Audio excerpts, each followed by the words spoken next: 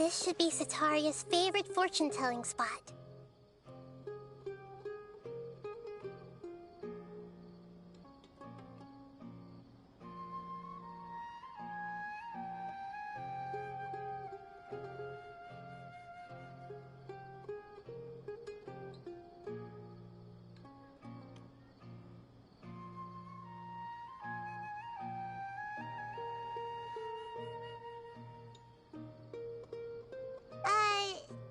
Should we ask the fortune teller about Sataria?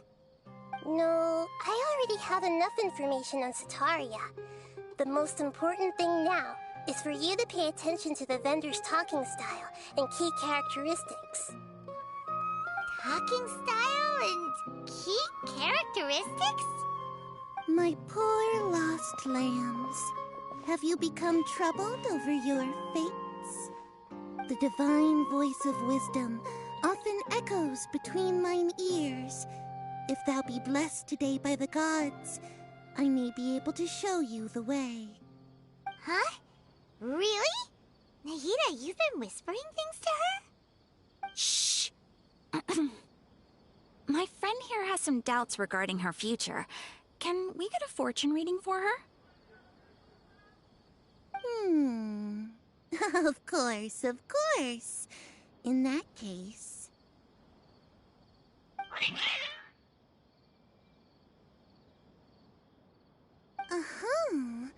It would seem that Harut and Marut are quite wary of you.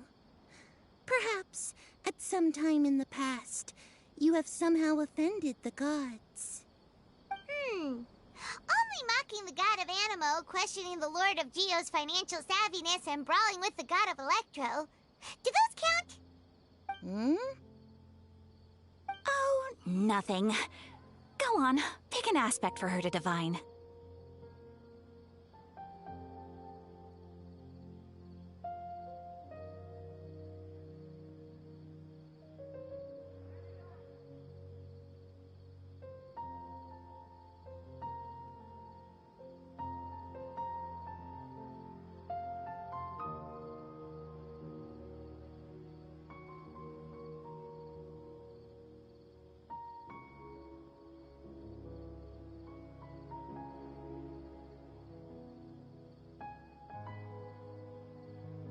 Love prospects? No problem at all.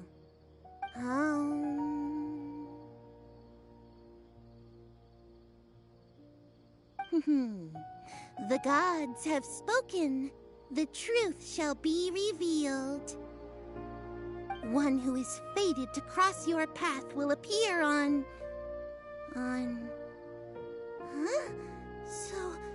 So many people will fall for you. How could that be? Harut, Marut, did you two spoil my divination? I've never read a fortune so absurd.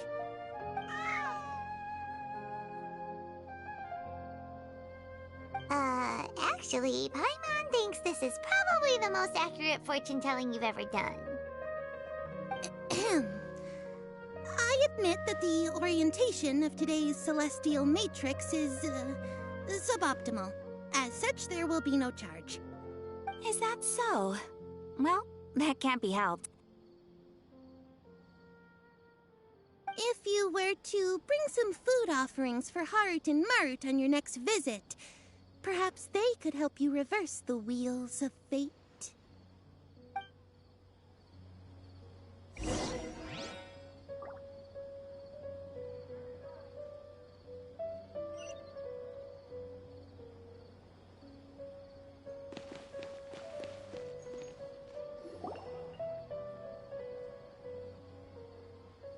Is this another one of Sataria's favorite stalls?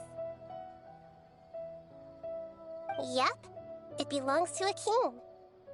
His father helped Sataria a lot when she first moved to Sumeru City, so she still comes by whenever she has time.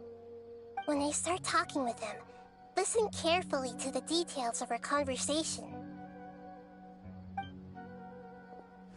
Ah, dear customers.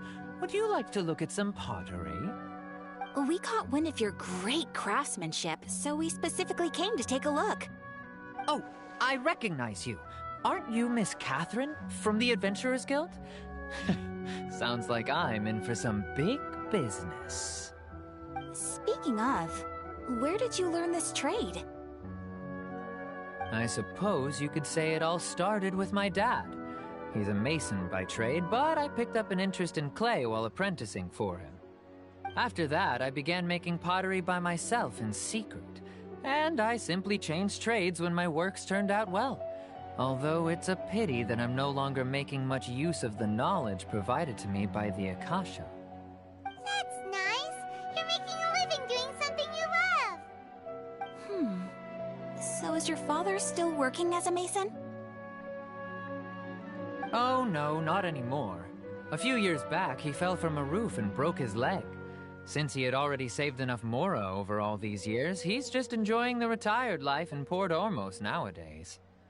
I see. We wish him peace and happiness in his retirement. I'll have someone in charge of logistics at the guild come by another day for some goods. We'll leave you to it. Take care now. No problem. Rest easy, all our goods are sure to meet your every need.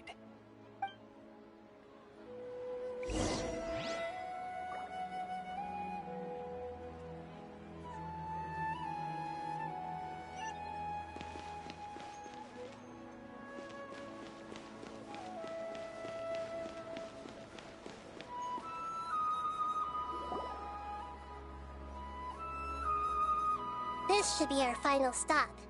Sitaria's always thinking of this restaurant when she's working at the academia, so she always comes by whenever she's out in the city. Nahida, you've really thought of everything. It's my duty to protect Sumeru's citizens, after all. Hi there. I feel like I've seen you down by the docks before. Huh? Sorry, I don't quite remember. If I recall, you were having a discussion with someone about shipbuilding at the time. Ah, that's right! I've always been really interested in feats of marine engineering. After all, I grew up in Liyue Harbor and spent my entire childhood staring at the ships going in and out of the port. I came to Sumeru to study, but failed to make it into the academia due to my lack of talent. But I'm still discussing all kinds of problems with different scholars, and I'm continuing to study and perform research from the restaurant's basement. I'm sure I'll get to the academia after their next round of exams. What an admirable spirit for learning. Amazing! Sure, but you'll find hardworking people wherever you go. So this restaurant has a basement as well? Huh. First I've heard of it. That's right. It's not usually open to patrons. Most of the time, employees use it for breaks or to hold private events. I see. Guess that makes sense. Well, good luck with your studies, Miss Chishan. Thank you so much. As long as I can make it into the academia as an official student, I'll be happy.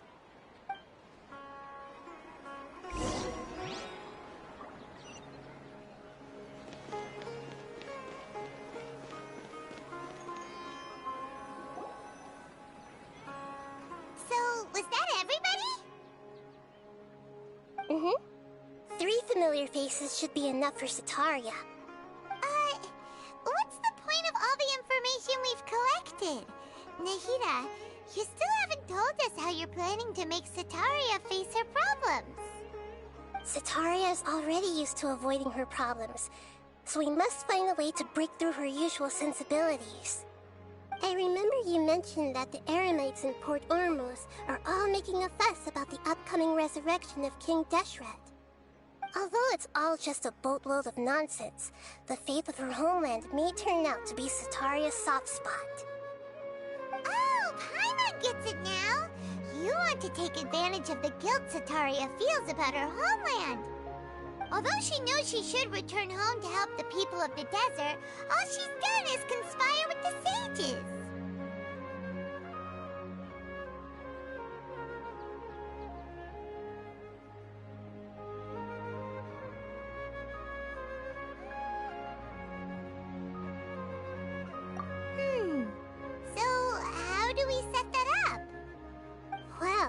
King Deshret is long gone, and Setaria is also too smart to fall for any simple tricks.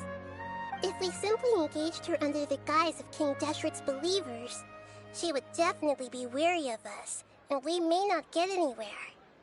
But if we were to borrow some of her close acquaintances to talk with her, her reaction would probably be very different. So, you mean you're going to possess those people we just talked to? Yep. Possess them through the Akasha.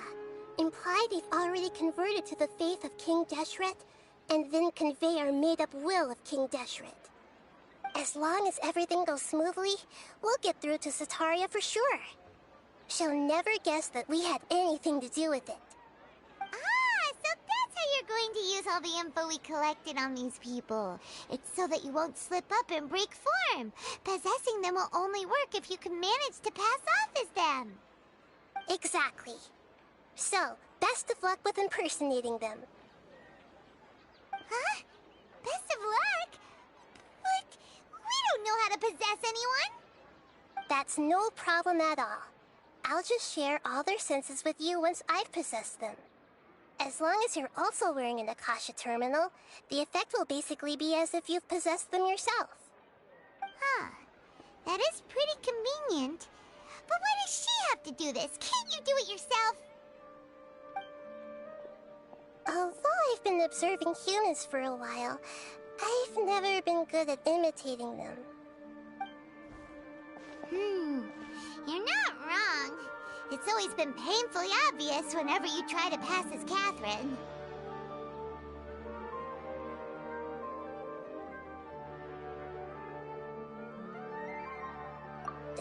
If it was at all possible, I would have preferred to leave these people alone. But seeing how things are now, I probably should just accept it and push on. Yeah, don't beat yourself up over it. We're only doing this to help everyone, and we'll only be borrowing them for a little while anyway. Alright, then let's give it a go tomorrow afternoon.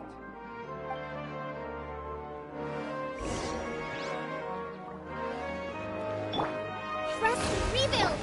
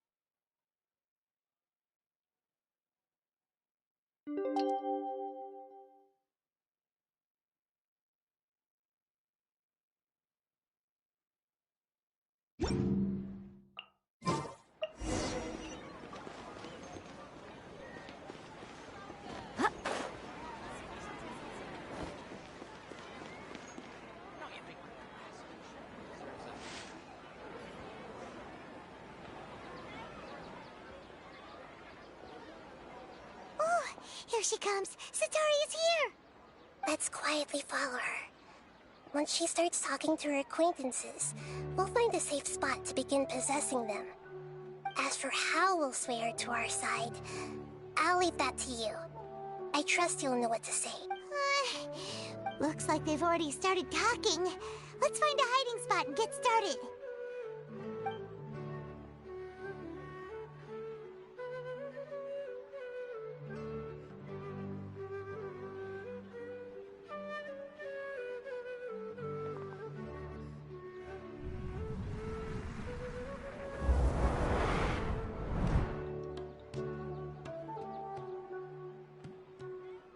That's right.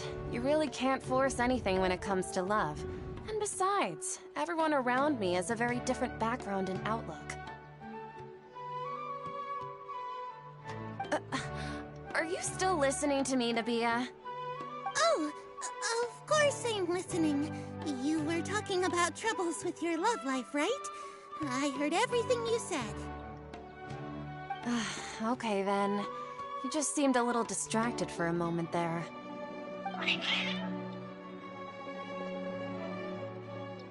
Strange. Your cats seem pretty worked up. Is something wrong? I always thought they were quiet, happy kitties. Oh, what are their names again?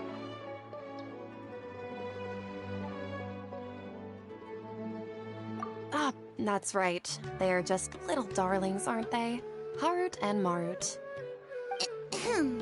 So, which fortune do you want me to read for you today?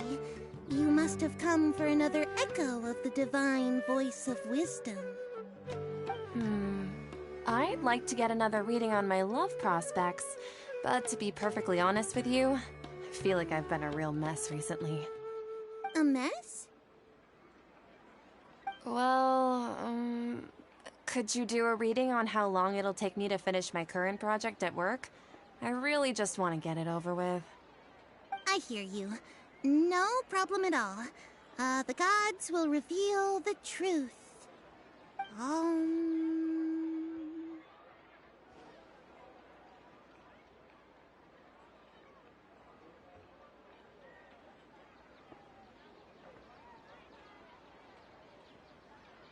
The gods are asking, Setaria, why haven't you gone home?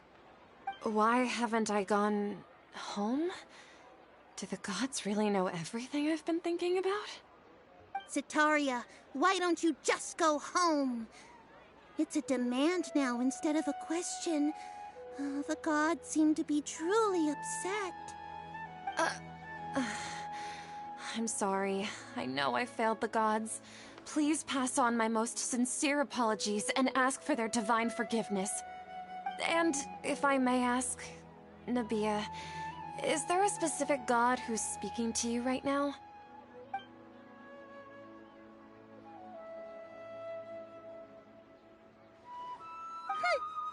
What an inconsiderate and naive question. The god who is speaking to me is, of course, the wisest and mightiest of all, King Deshret. King Deshret? No wonder he would make such a demand of me. Wait a second. King Deshret passed away a long time ago. Even though news of King Deshret's resurrection has been spreading like wildfire, it's all just a misinformation campaign from the academia. How can King Deshret still exist in real life?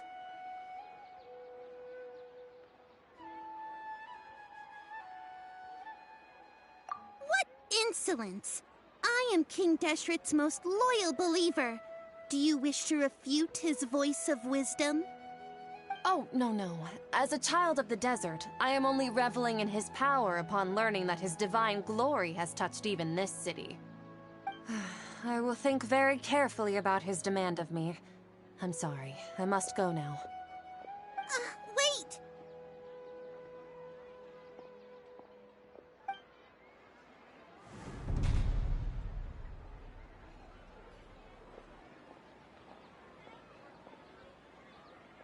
Whoa!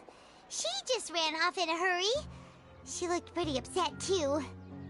Well done. Setaria didn't seem to suspect anything amiss.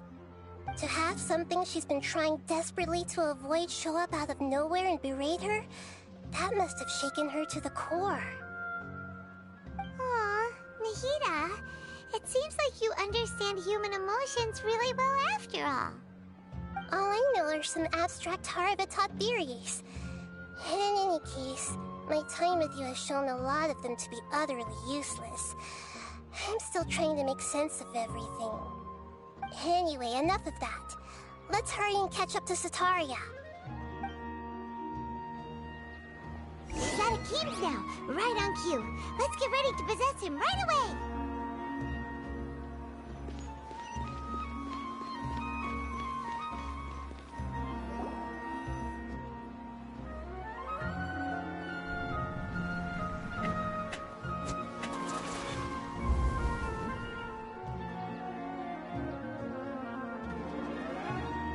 It's okay. I just got caught up in something. Oh, actually, didn't you ask me to help you look for work? What kind of work were you looking for again?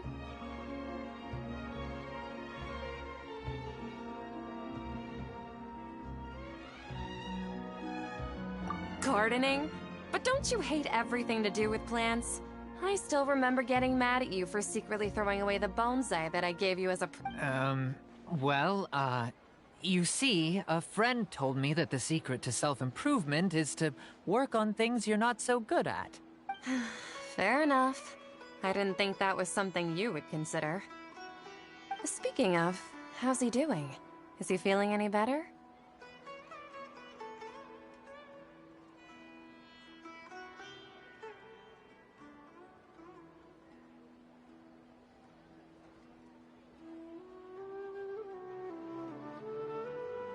Huh? Wasn't he nursing a leg injury? If I recall correctly... He sprained his arm a while back while trying to show off his strength. I thought you'd heard. Actually, while we're talking about him, is he still living in Port... Yeah, he's been retired there for a while. If you could find the time, please write him a letter. Let him know that recently, he has a quick temper and has always been a devout follower of the Dendro... Oh? So, who are you siding with in all of this? The Academia or King Deshret? I'm so jealous of you. You were born a child of the desert, yet you chose to betray King Deshret, and now you spend all your time with those crooks from the Academia. Akeem, you don't mean... you've also become a believer of King Deshret? What's so strange about becoming a believer of the wise King Deshret? In fact, aren't you the strange one? The one who still can't pick a side? Can't pick a side? Me? Whoa! Paimon had no idea you'd be so good at this!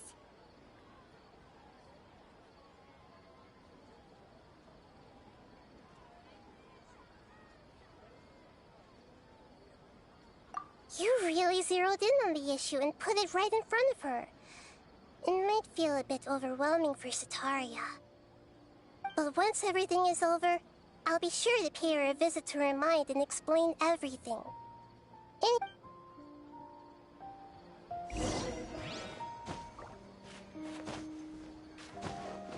Come on! Setaria's already started talking with Shishan!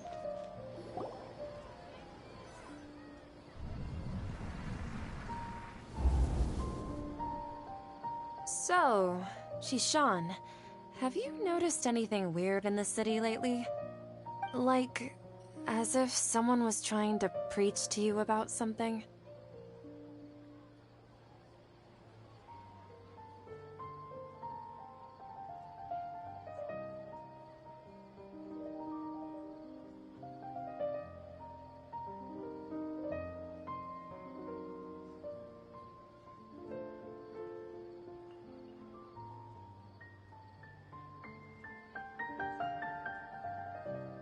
Oh, right. Speaking of strange things, I celebrated the Sub-Zerus festival so many times that I lost count. That was really weird. Wait, how could you be aware of that? That should be impossible. Nothing in the report indicated anything like that. Are you still failing to realize that the Academia's lowly tricks could never deceive all of Sumeru's citizens? Shishan, don't tell me that you've converted to King Deshret as well! What an absurd question. You make it sound like I should be ashamed for becoming a believer of King Deshret. In reality, shouldn't you be the one who is ashamed? You, who works side by side with the Academia, and treated people as nothing more than experimental subjects? Please, please stop! Even now, Setaria's still trying to run from her problems. She can no longer justify everything to herself. Hey, she's trying to talk to the guards! What should we do? This is the most important part of all. Quick, get ready. Mercenary, you're a member of the Corps of 30, correct? Please help me pass a message to the Matra right away. The situation in the city is getting out of control. Please, try to remain calm, miss. Tell me what's happening in the city. Heretics are infiltrating the city, and they've already converted many residents to their side. Heretics? What kind of heresy are you talking about? King Deshret! Many people I know have suddenly started believing it. Miss Sataria, nothing is impossible. You know my name? King Deshret is immortal, and all who defy him will one day pay the price. You must face the truth, Sataria. You tread a treacherous path, and the longer you ignore it, the tighter the Academia's grasp on you will become, and the deeper you will be ensnared. Child of King Deshret, Never forget that the desert that belongs to you lies elsewhere. What's so strange about becoming a believer of the wise King Deshret? In fact, aren't you the strange one? The one who still can't pick a side? What an absurd question. You make it sound like I should be ashamed for becoming a believer of King Deshret. Sataria, why haven't you gone home?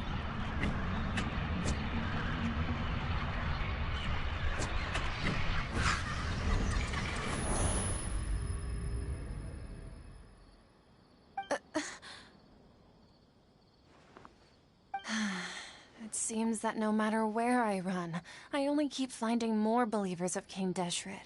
I have to say, this is a familiar feeling. I've also been running from my guilt this whole time. Guilt over my part in the Sage's plans, and from ignoring the letters from the children of my homeland. But no matter how much I may try to ignore or get rid of it, my guilt always comes back.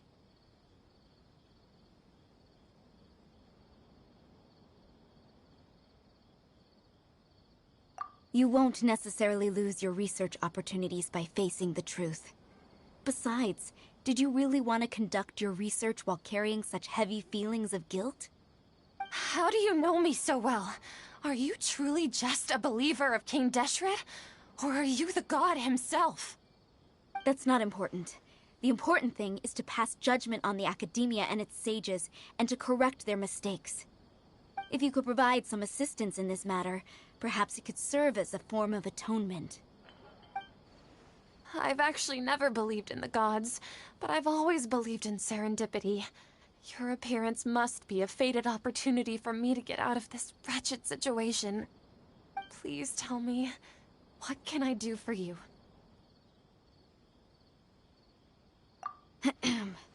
How much do you know about the sage's current activities? I was just one of the designers for the massed dream harvest scheme, which is what happened around the Sumeru's festival. But I know very little about the full scope of the overall project. I'd assume that only staff with the highest clearance would have access to those confidential documents. I've just been working to meet the Grand Sage's specified requirements. However, there's something that's been really bothering me. I heard that a scholar who was previously expelled has returned to the city, and even the sages are still quite wary of him.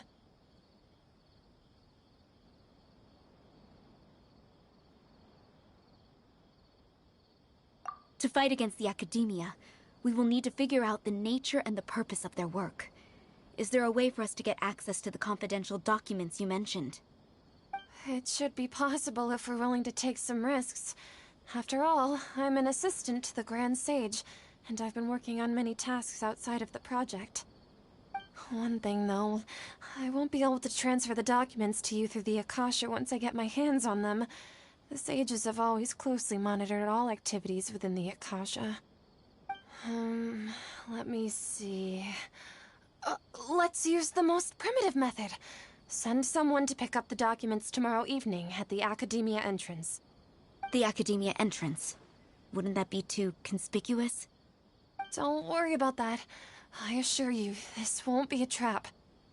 I'm only suggesting this location because it'll draw more scrutiny for me to leave the Academia again. It'll be safest for me to distract the guards long enough to hand you the documents. All right, I trust you. So, if I were to successfully complete this task, would it mean I've atoned for my wrongdoings? That'll depend on the judgment of the Dendro Archon. The Dendro Archon. That's right. Her people are the ones we have endangered. As the God of Wisdom, she's also the one responsible for judging and guiding the scholars. Maybe it's time for me to find a god to believe in. Just as Nahida predicted, we've managed to bring Setaria to our side! The Traveler's execution was ingenious. She's the one who deserves all the praise. Well, now that we've made plans to meet again tomorrow evening, all we can do is pray for Setaria's mission to go off without a hitch. Pray? But if we're going to pray to the gods, aren't we just praying to you? God of Wisdom and Guardian of the Scholars? No. The truth is the true Guardian of Scholars. I've always believed that. Anyway, let's meet again tomorrow evening at the Adventurers Guild.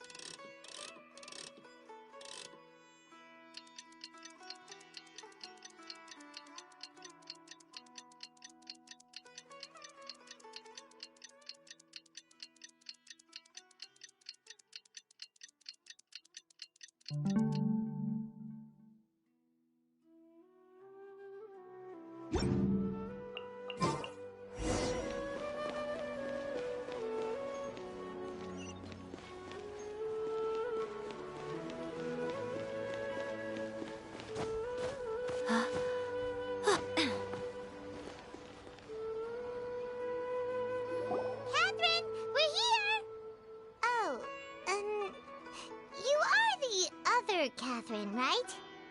That's right. I suppose I'm the other Catherine in your mind.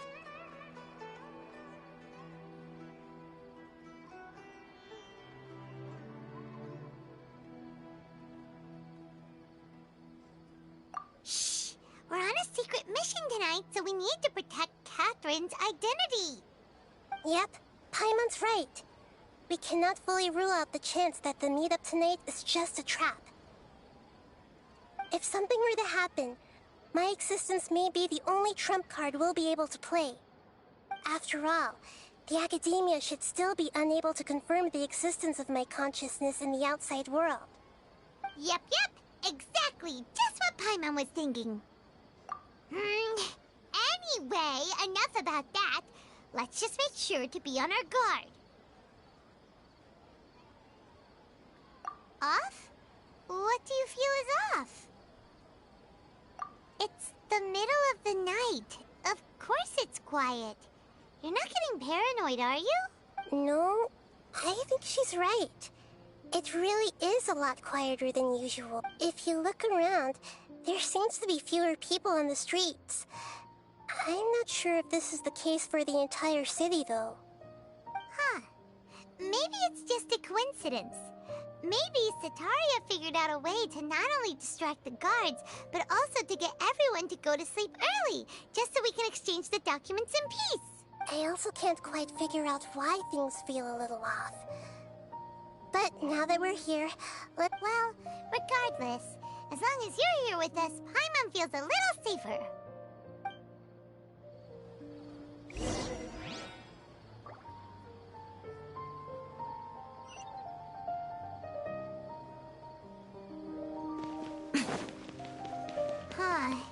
There really aren't many people out right now. Let's hope it'll be this quiet in front of the Academia, and that Setaria managed to distract all the guards.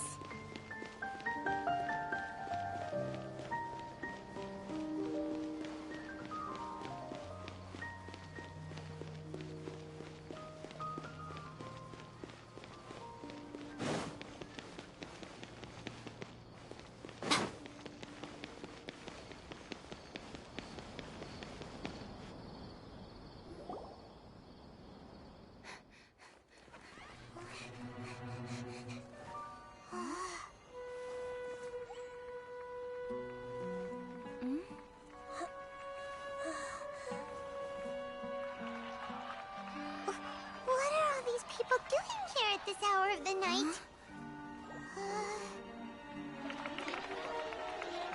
Ah, the triumphant hero returns at last. And to a rather spectacular welcome, even if I do say so myself. You're the outcast, expelled from the academia. Indeed I am.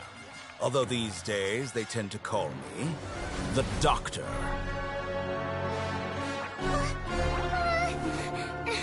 If you're looking for your researcher friend, she has already been taken into confinement. With some basic caution, she could have discovered the listening device on her person. Clearly, she lacks the degree of rigor expected of a true scholar.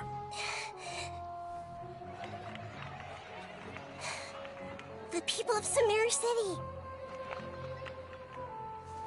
What have you done to them? I simply made some minor adjustments to their Akasha terminals.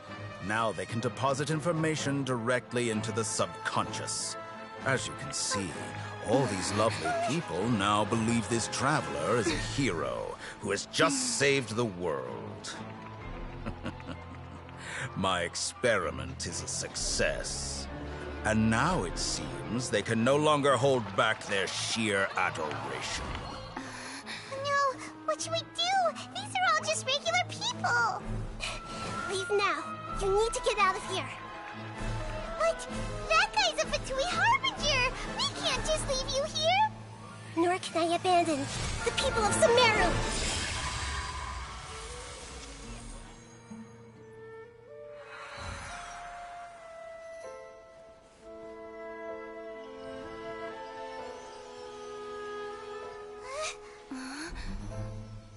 Don't worry. We'll meet again outside of the city.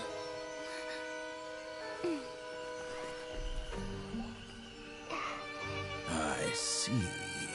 You appear to have overridden their mental faculties with your own consciousness. To possess such a powerful mind, you must be the god of wisdom.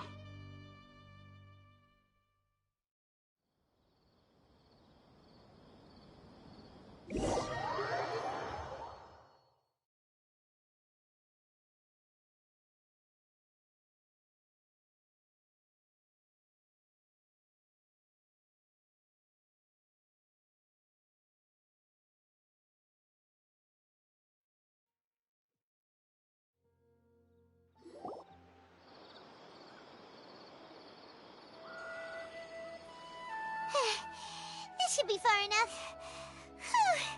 Paimon needs to catch her breath first. Is Nahida going to be okay? We only made it out because of her.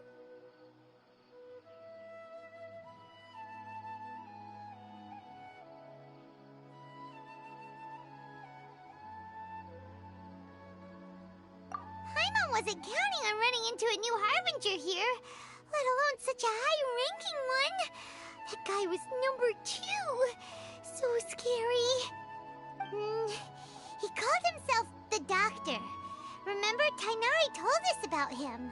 Sataria did say that someone who once got expelled from the academia came back recently. And that even the sages are wary of him. Yep, sounds like she must have been talking about the Doctor.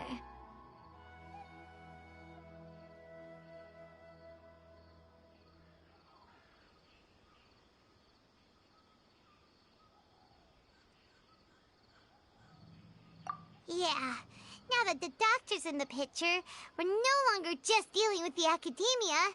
They're in cahoots with the Fatui. But what are the Fatui after this time? Another Gnosis?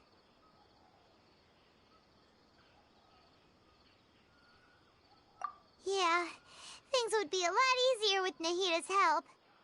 Nahida said we'll meet again outside of the city. But we can't just keep waiting around, right? You mean...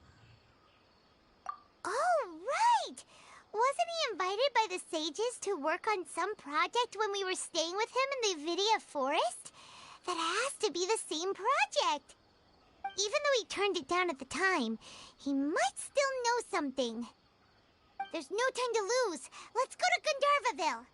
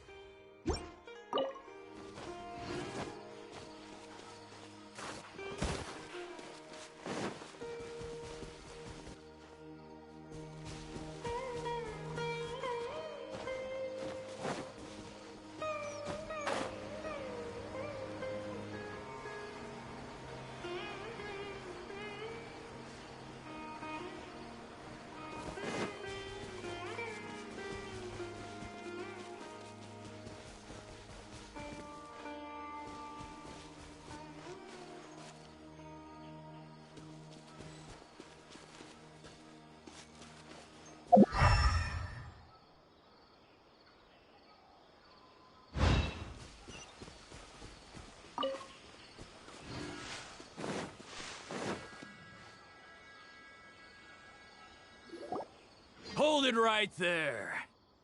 A blonde-haired traveler and a floating fairy. We've got you all right. Take a look around. You've fallen right into our trap. Are you mercenaries from the Corps of 30? Did you come here to arrest us? Corps of 30? We're nothing like those government lapdogs who don't even get scraps for their work. We are an elite brigade that commands the highest commission rate in all of Sumeru. We're here on the orders of a client known only as the Outcast. The Outcast? An outcast from the academia? But why wouldn't the doctor just send the Fatui after us?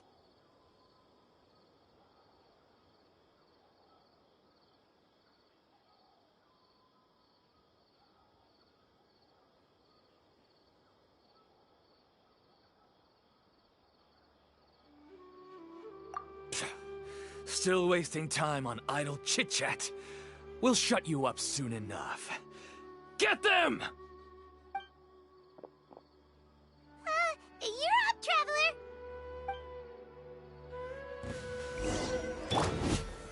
Solidify! Hold the line! Come on out. Right now. Right here. Take that! Need! New punch. I'll be gather. This is order. It isn't over yet! Here comes reinforcements!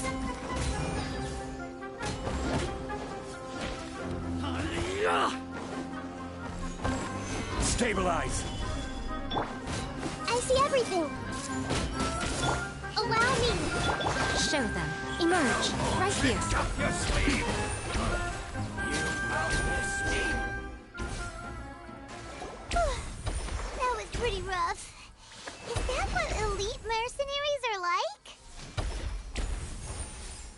Yeah, looks like we'll have to keep our guards up. But this doctor guy seems like a pretty tough opponent. He knew exactly where to set up an ambush. Did he predict that we would try to find Kainari? Going up against smart people is tough. Anyway, let's keep going.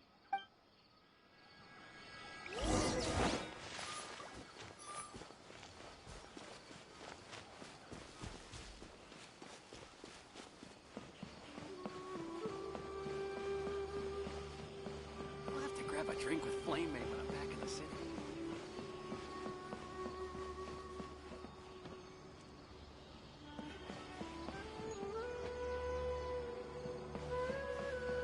Rainforest is the best place to live. Only everyone would probably study the rainforest survival guide. Yesterday, a total of 5 dusk worlds.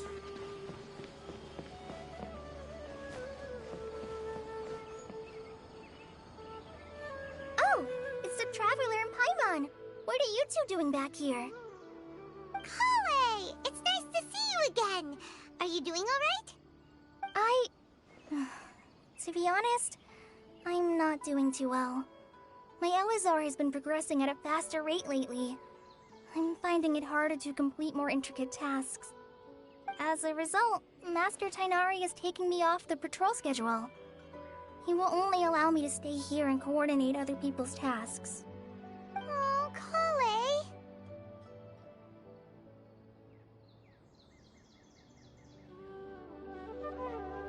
Speaking of Tighnari, did he go off on patrol? We're here to talk to him. Oh, Master Tighnari? He just left the Avidia Forest a little while ago. He was headed to Party's DI. Huh? He left? But isn't Tighnari always saying that he never wants to leave the Avidia Forest? He even turned down the Sage's invitation. I thought it was weird too.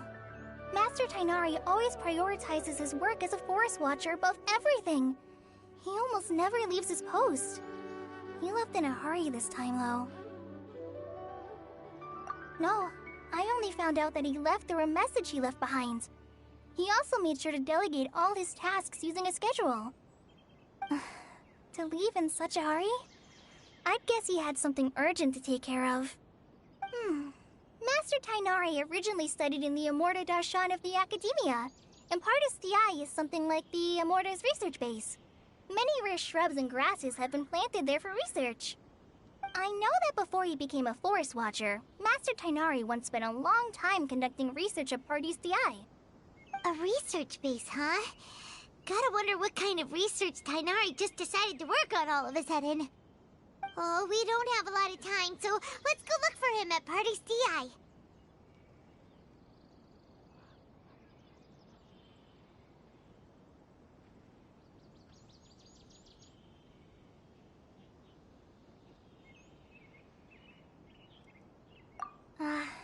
Don't worry. I'm fine. I'm used to living with Elazar by now. If you run into Master Tighnari, please send him my regards. Got it. Will do. See you later, Kale.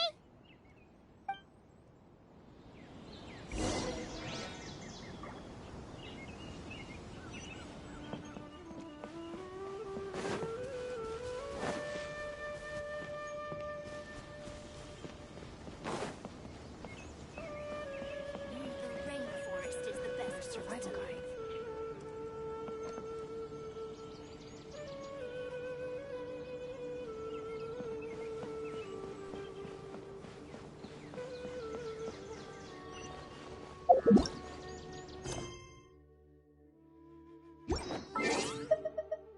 So much for eternity.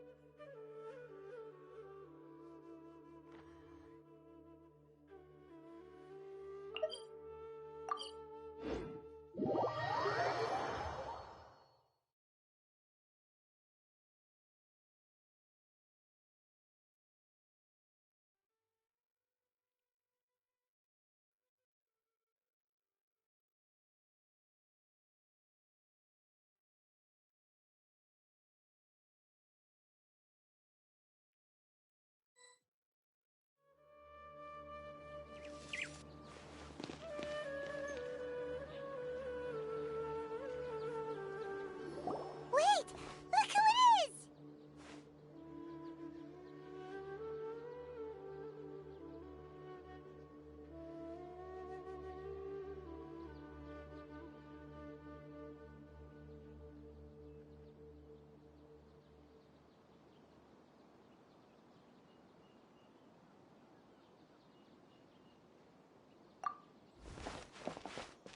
Thank goodness you're okay. We were so worried about you.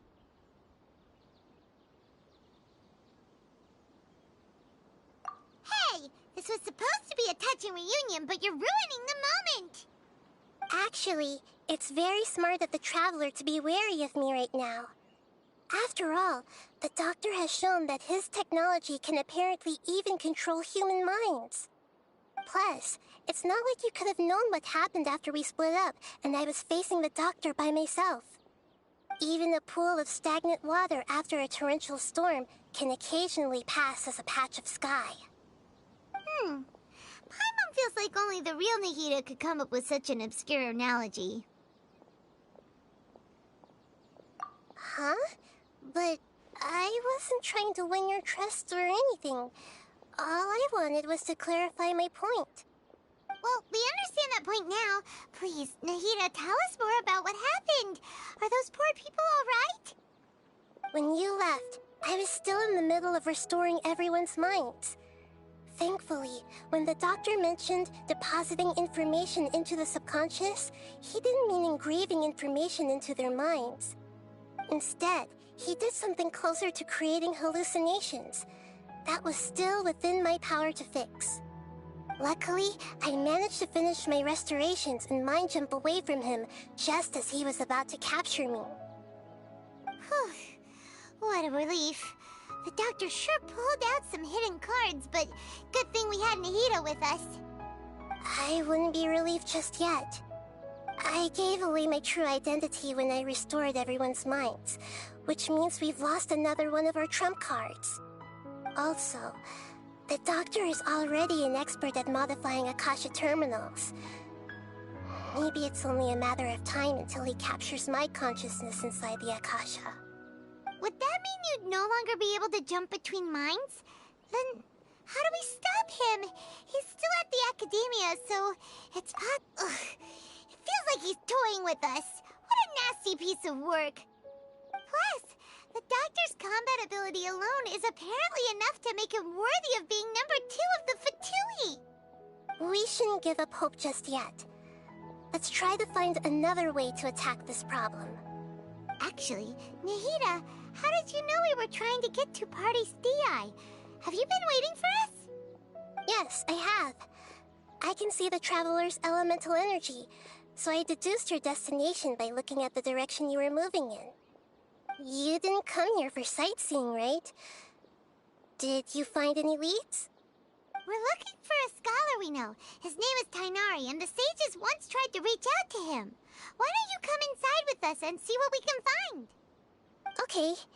Let's just hope we won't get him into trouble.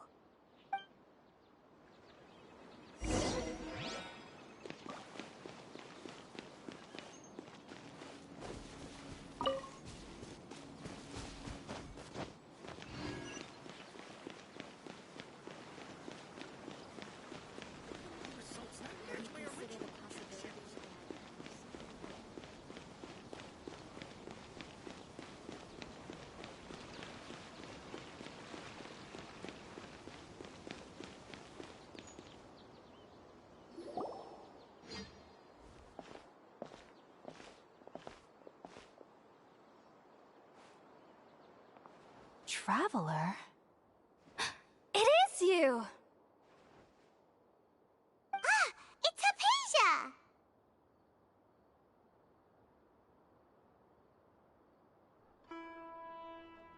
Ah, what a pleasant surprise! It's so nice to see the two of you again. Who's this? She's a scholar we met in the Avidia Forest. When we last saw each other, she was still training in the... what's it called? Satyavada life? Oh, I see. That's right, we're old friends. You've come at just the right time. Ever since I've come here, hardly anyone has even talked to me. Hypatia, you're way too excited about this. Actually, for you to leave the Avidia Forest means... you're not in training anymore? Wait, no. Did you already finish your training and reach Pariporna life? What do you think? My consciousness has already managed to make contact with the divine. You did it! Congratulations!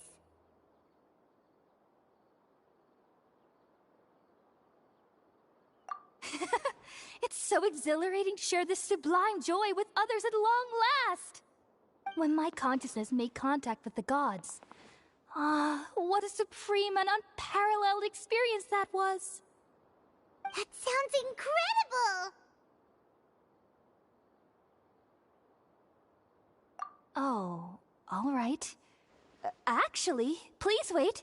I haven't forgotten my promise to you. Remember? I promised to help you understand what you saw from Irminsul once I gained deeper insights. My current self has not only gained true insight, but I can even help you establish a direct connection to the consciousness of the divine. You can do that? I've never heard of anything like that, but if you want to give it a try, I'll do my best to protect your consciousness during the process. Hold on. I brought some spirit-born ale with me. This is still a crucial part of the ceremony. We're using that incense again? All right now. Hold my hand. I'll help you establish a pathway to connect your consciousness. Okay. Ready?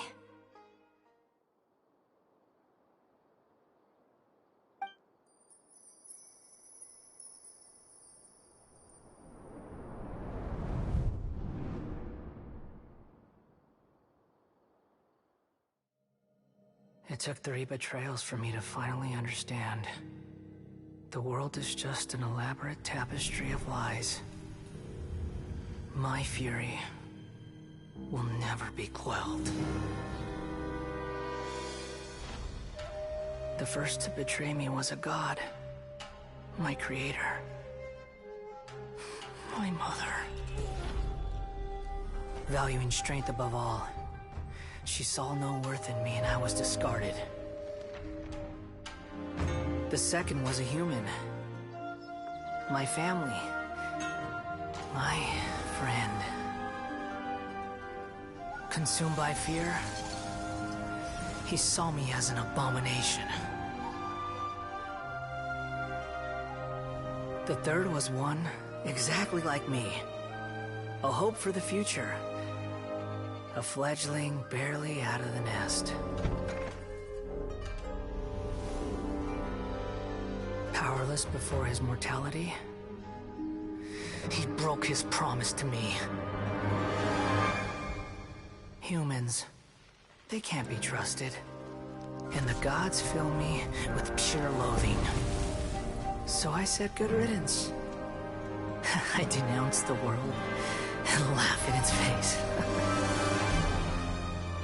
My chest will never again be defiled by worldly filth. I will scrub away every last trace of human emotion. Then it will be empty, a blank slate, and ready to receive a supreme gnosis, brimming with pure divinity.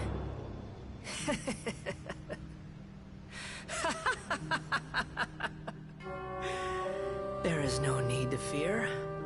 The pain will be brief. Your era is coming to an end.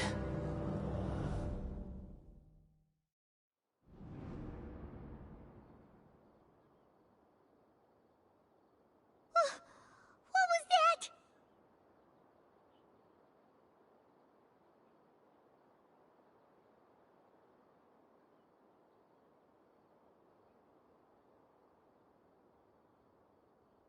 Did we actually just see the Balladier's memories? Everything matches what we know about him. But how is he connected to the divine consciousness that Hypatia was talking about? You saw it, right? You felt it, right? Such a majestic god! Such a noble will! Such sublime emotion!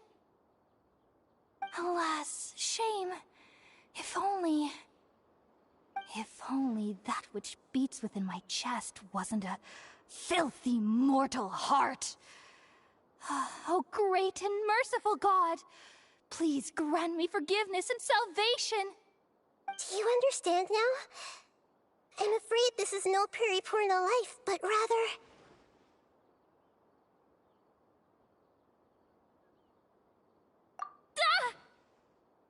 You... Why are you so mean to me? Why is everyone hiding from me? I found divine wisdom. Shouldn't I receive praise and honor? Haven't I uncovered that light in the darkness? Hypatia? That's how I always thought everything should be. Wait. Have I... already lost my mind?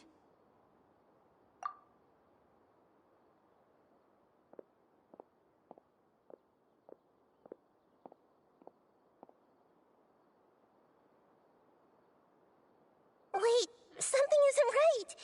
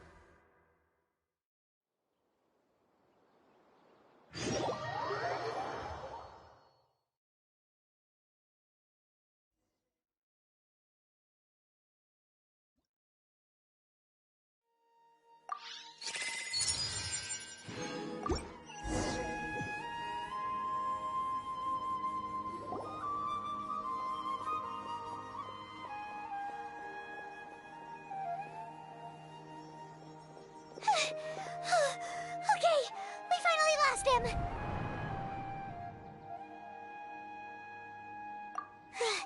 Are you okay, Nahida? Wait, no. Something feels different. Oh, the Traveler's back?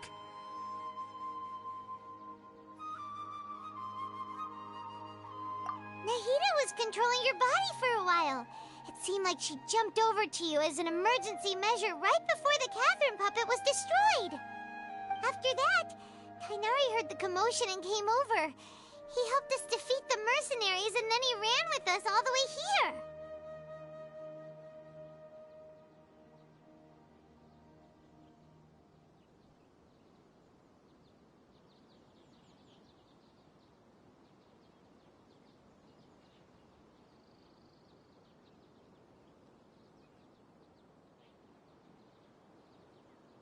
What? You swapped places? You mean your consciousness also went into Nahida's body? Wait, then where is Nahida's consciousness? Where is she now? I never imagined that an individual's consciousness could be transferred around like this. Had I not seen it with my own eyes, I would have never believed it. I don't think this can be achieved with current human technology. Also, while we were running, the consciousness in your body told me to pass on a message. She said, "The doctor has found a way to trap my consciousness, so I can't journey with you anymore. But even in a moonless night, a shower of starlight can still drown out illusions and lies." Oh no! Nahida's trapped in the sanctuary of Surathana for good this time. Was that message all she left for us? It's pretty vague.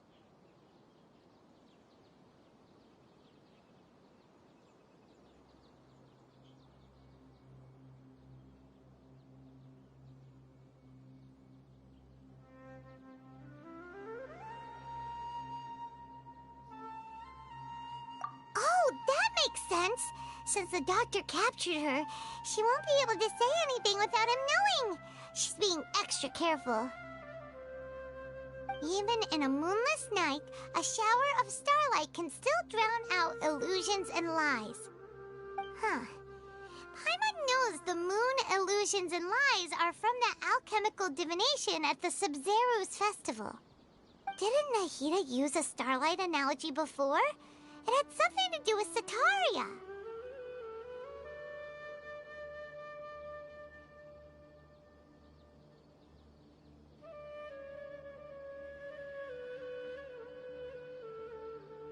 Oh, that makes a lot of sense. Huh. Do you think Nahida was telling us to go find help in the desert? But she isn't with us anymore. Paimon, you said Sanctuary of Surasthana. Does this mean that this Nahida you're talking about, the consciousness who is occupying the traveler's body, is the Dendro Archon?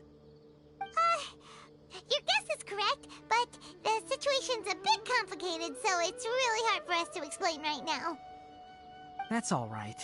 A scholar's curiosity doesn't need to be appeased right away. As for the complicated nature of the situation, safe to say I have witnessed that for myself.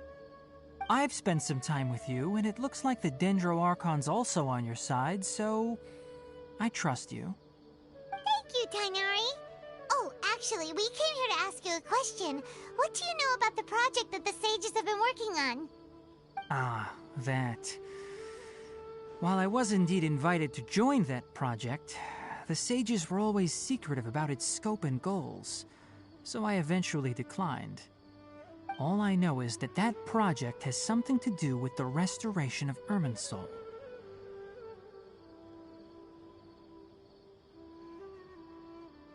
Huh? Did you see something when you were in Nahida's body?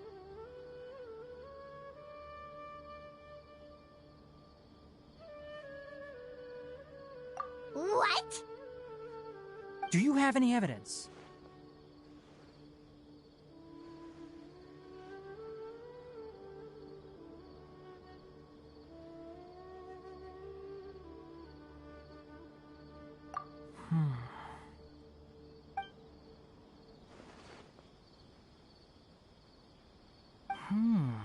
So that's what happened. That explains why Hypatia's symptoms were different from those of the other scholars who went mad. It's because she made contact with the consciousness of a new god who is still in the process of being born. Tainari, did you leave the Avidia Forest because of Hypatia? I did. I noticed Hypatia's mental anomalies, but since her symptoms were rather atypical, I secretly took her to Pardis Dii and began searching for a way to return her to her normal self. If I didn't take action, Hypatia would have already been taken by the Matra to the desert, doomed to a life of exile at Aru village. Now that you mention it, I knew the Academia has never thought particularly highly of Lesser Lord Kusanali, but I still didn't expect them to do something as arrogant as creating a new god. Looks like I made the right decision by not accepting their invitation.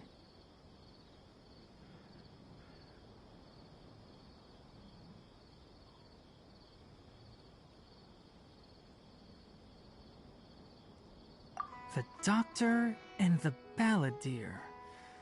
We have 2 Fatui Harbingers in Sumeru. Sounds like we're in for a bad time. From your description, I don't think they've completed their project. There may still be room for us to intervene. But then, what is the connection between creating a new god and restoring Irminsul? Yeah, it feels like we're still nowhere close to figuring out the sage's goals.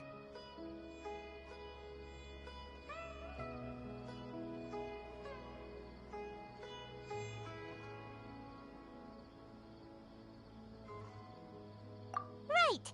We've pretty much gone over everything we need to know, so we should head out. How about you, Tainari? What are you going to do? I'll stay here for now. I still want to try a few more things to help Hypatia.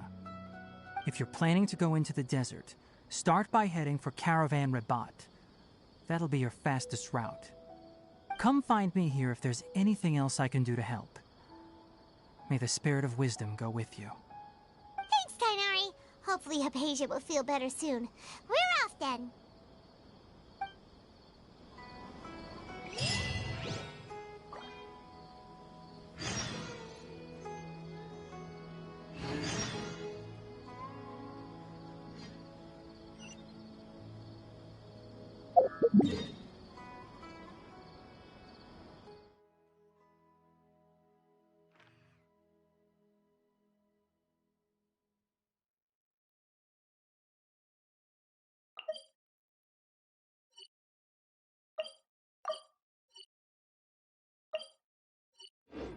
Personally, I think the idea of things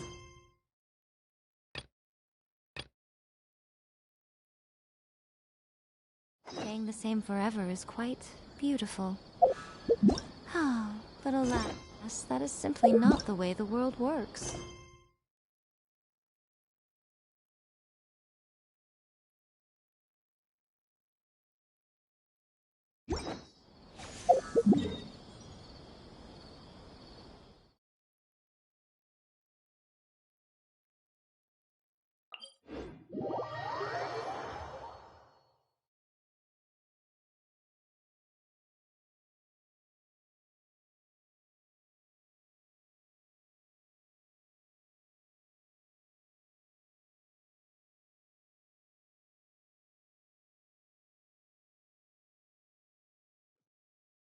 Most humans could have the entirety of their fleeting lives chronicled in but a few short lines.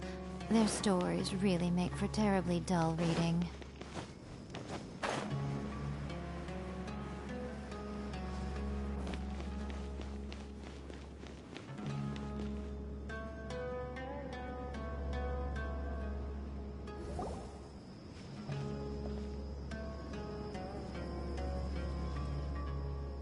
We finally made it to Caravan Rebot. It's pretty lively here. So, just past this wall is the desert, huh? Oh, wow. Paimon remembers hearing people call this the Wall of Samiel. It's made to block sandstorms from the outside. Oh, if it's this tall, it's gotta be the divine work of Greater Lord Rukkhadevata, right?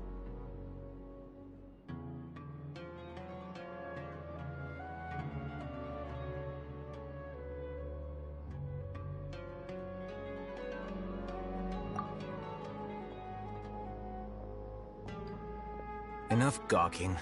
Come on, follow me. Huh?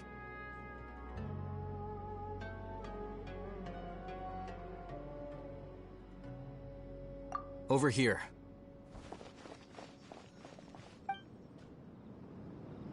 Oh, Haytham went that way!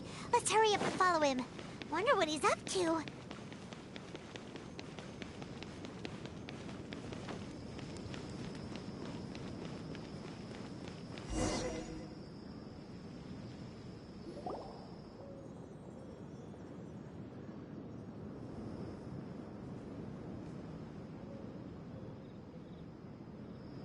What the... Where did she go? How did we lose them? They were just here a second ago. More Eremite mercenaries? Who are they working for this time? Anyway, Traveler, it seems like we were being followed again. You were too careless. You should have noticed those hopeless amateurs trailing you a long time ago.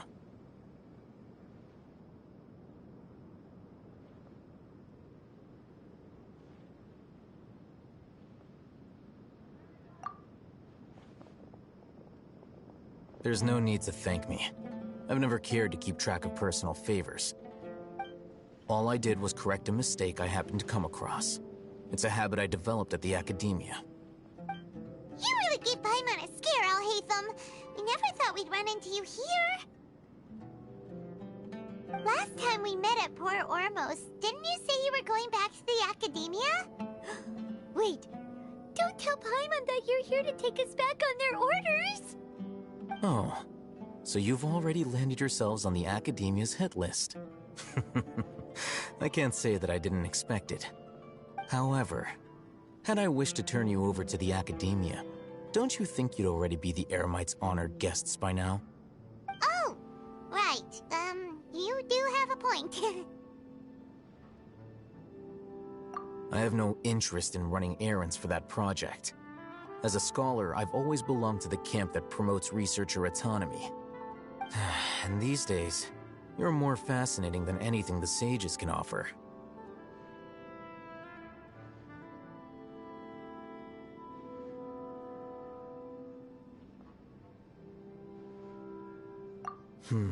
Not quite. To tell you the truth, I'm still investigating the Divine Knowledge Capsule. Unfortunately, I've run into some difficulties. Everyone says the capsule originated in the desert and was eventually moved to Port Ormos. If I am to get to the bottom of this, I must understand how the capsule first came to be. Which brings me back to you, and why you're so interesting. The leader of Ain al-Ahmar used the Divine Knowledge Capsule right in front of you, and upon seeing him, your expression became perplexed, and you were lost in thought for quite some time.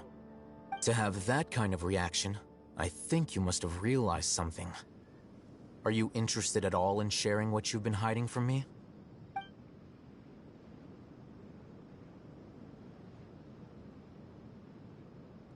Oh, Hatham, you really have a ridiculous eye for detail. What kind of person even notices or remembers stuff like that?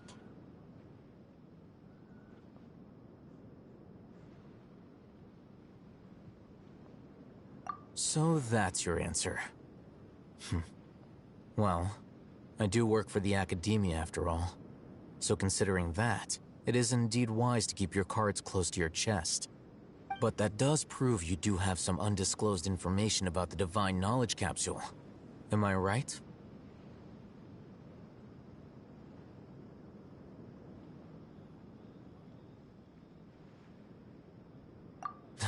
No matter. Rather than simply learning the answers from you, I'd still prefer to investigate on my own. Speaking of, you two are also headed to the desert? That's right! We have the same plan as you! But we don't really have any concrete goals at the moment. Then I'd suggest starting with Aru Village. It's the largest settlement in the desert, so it'll probably have more resources and intel than anywhere else. Well, would you like to head there together?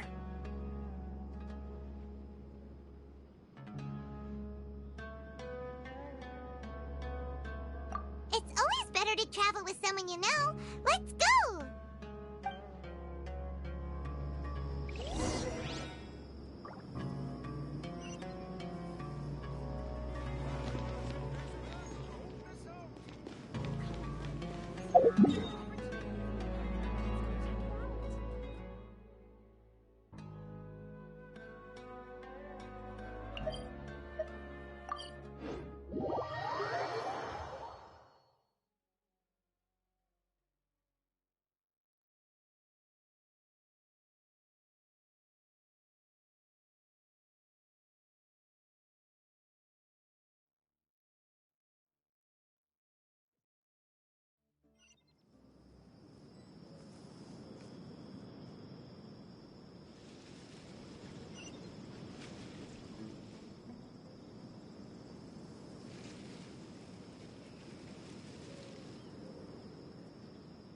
Before us lies Aru Village, the safe haven of the desert folk.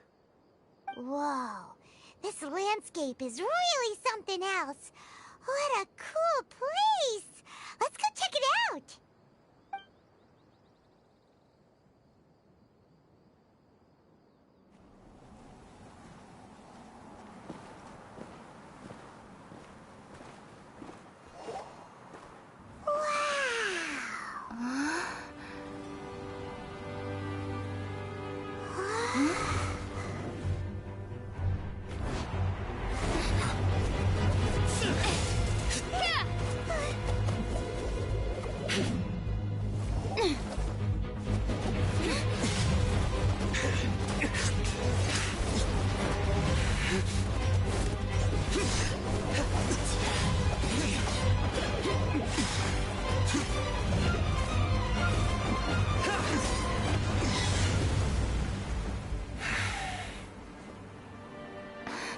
Simon.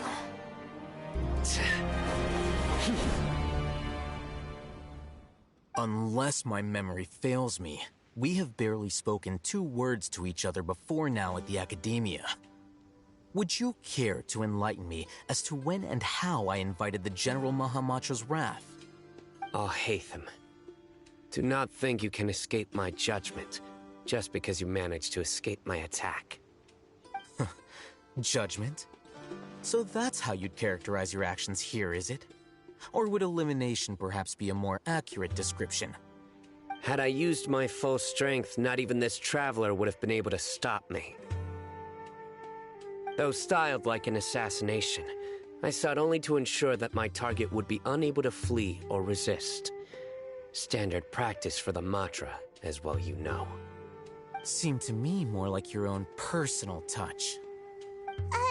Who is that, Alhaitham? Did you call him General Mahamatra? Yes. General Mahamatra Sino, head of all the Matra at the Academia. He's a formidable hunter, and the ultimate nightmare for any who have committed academic crimes. You seem to have placed a lot of trust in Alhaitham, to the point of blocking an attack for him. If I were you, I'd never choose to side with him.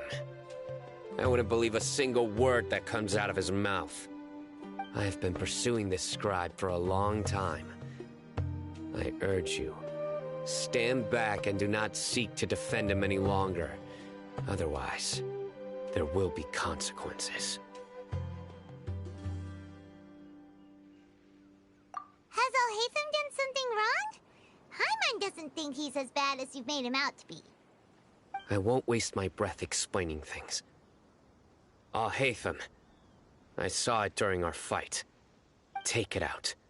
The divine knowledge capsule you're hiding on your person. Unless you want me to retrieve it for myself. Very perceptive of you. Nothing escapes a Matra's senses. Wait, the divine knowledge capsule? Didn't it fall into the Matra's hands in Port Ormos?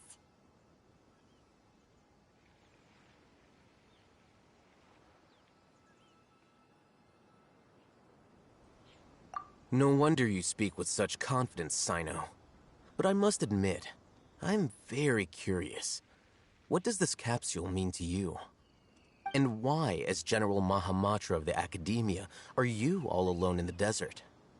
As far as I'm aware, the other Matra have been speculating about your disappearance. Have you been given a mission that's, let's say, morally dubious? If I was the real target of your mission, what was stopping you from simply using your authority and resources to judge me within the walls of the Academia?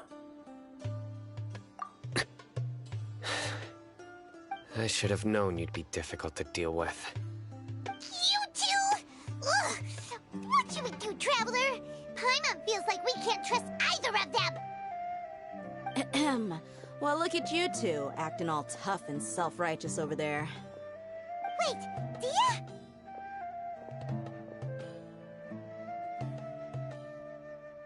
Great! Finally, someone that we can trust! You gotta help us out here, otherwise these two are gonna start fighting again! Yeah, sure looks that way. 2 giants from the Academia duking it out once and for all. Not something you get to see every day, that's for sure. Listen, I know you academic types love to fill up your big brains with self-righteous morality and lord your empty rules and virtues over each other. But how dare you bring your petty disputes into the safe haven of Aru Village? It seems like someone's gonna have to beat some sense into your thick skulls until you finally learn to respect these grounds.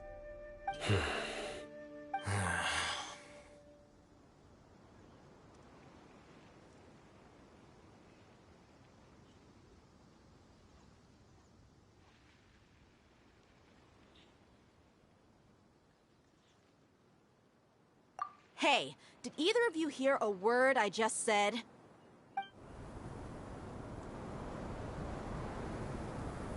Whoa, what's going on? The wind's so strong! Another sandstorm? What's up with these recently?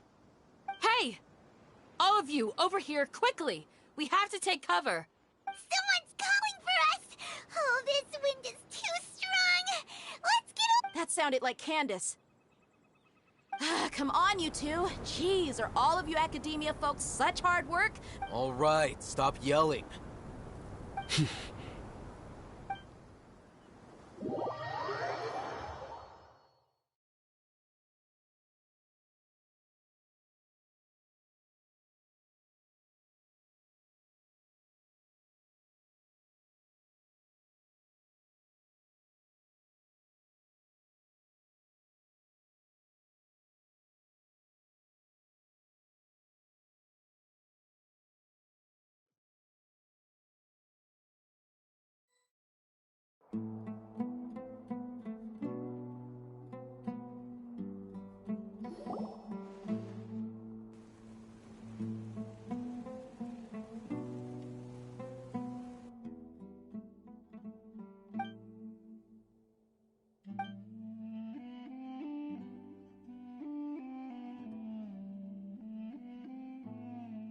Well, this is pretty awkward.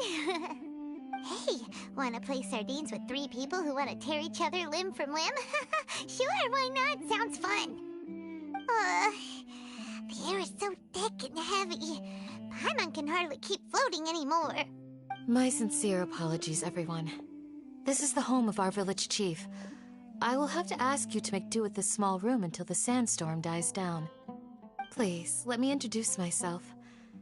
I am Candace, protector of Aru Village. Our savior has come at last! Nice to meet you, Candace. The name's Paimon. Thank you so much for helping us. There's no need to thank me.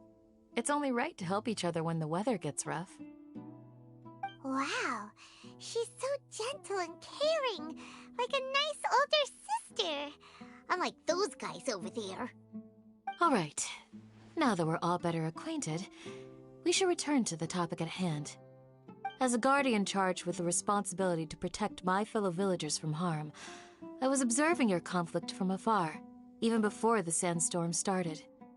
And now that you have set foot within our village itself, it is all the more my responsibility to make absolutely sure that you pose no threat whatsoever to us.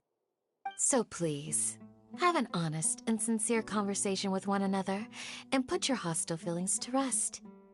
If anyone dares to start anything again while they are under this roof, I will not hesitate to send them out for some quality time with the creatures of the sandstorm. Oh, on second thought, Paimon may have misjudged Candace's character. And that goes for you too, Miss Dia. Do I make myself clear?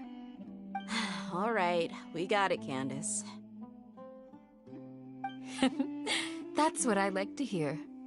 So, which of you will begin? I was supposed to be a mediator, but I might have gotten a little too involved just now. Anyway, one of those two should probably start talking. Wait, that was you trying to be a mediator? I have nothing to hide, so there's no shame in explaining myself. While Alhaitham wasn't wrong about the other Matra not knowing my whereabouts, it's not because I've been assigned a morally dubious mission. Rather, I've chosen to exile myself. Huh? Exile yourself? A little while ago, I discovered that there was data missing in the Academia's project planning and development files. What little they did report clearly did not match the project's actual progress. As General Mahamatra, I had the responsibility and authority to request an audit. However, to my surprise, the person responsible for the erroneous data was none other than Grand Sage Azar himself. I tried to investigate the issue myself before submitting a formal audit request, but I soon found that all leads and potential pieces of incriminating evidence were carefully concealed from me. I began to realize that they were cautious of me from the very beginning. Unsurprisingly, the Grand Sage rejected my audit request as soon as the submission reached his desk. He even said to me, "The power of the General Mahamatra is granted by the sages. You have no right to judge us." So they really are up to no good. I realized then that to the Grand Sage, the Matra are nothing more than tools for the sages to assert and maintain their control over knowledge. The vows that we took, the principles that we strive to uphold, they are meaningless to the academia of today. I believed it would be wise to flee the academia before the sages had a chance to take action against me. This way, they can no longer see nor predict my actions. I will never give up on this investigation. There's no need for someone else to give me power or authority. Once I find the truth, I will administer judgment by my own name. Sino seems to have the same goal as us. We're all investigating the sages. Plus, now that he's no longer the General Mahamatra, he somehow feels a lot less scary.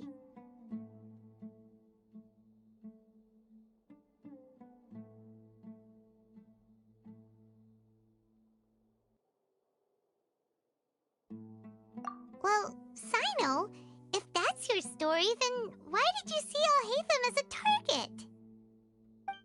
When I was investigating the matter in the academia, I overheard a conversation between Alhaitham and a sage. The sages asked you to investigate a blonde-haired traveler. Do you dispute this, Alhaitham? What? Like many parts of the project, this assignment was undocumented. Now throw in your suspicious behavior with the Divine Knowledge Capsule, and I think we deserve an explanation.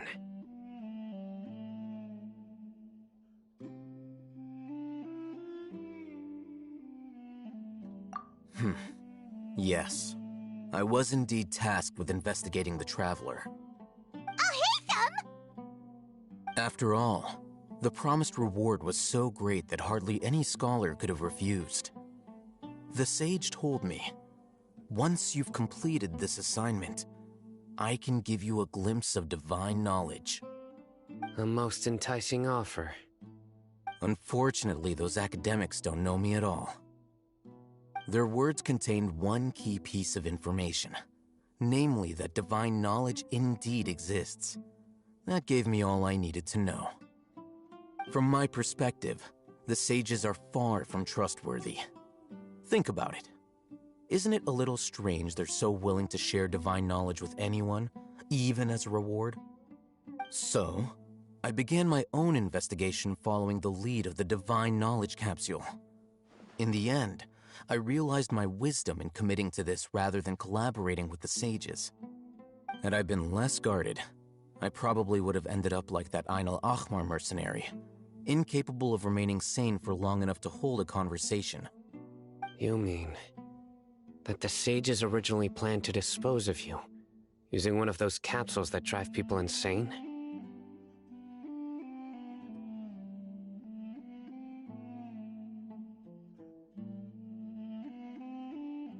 I'd already given up on the assignment by then. I only told the academia I was waiting in Port Ormos for you to appear so they wouldn't suspect anything. So it came as quite a surprise when I encountered my erstwhile target while investigating the Divine Knowledge Capsule. Criminals do love to talk about coincidences. Even though I ran into the Traveler by chance, I had no intention of providing assistance to the academia. Also, you should remember, you were the ones who decided to follow me and strike up a conversation after I left that tavern.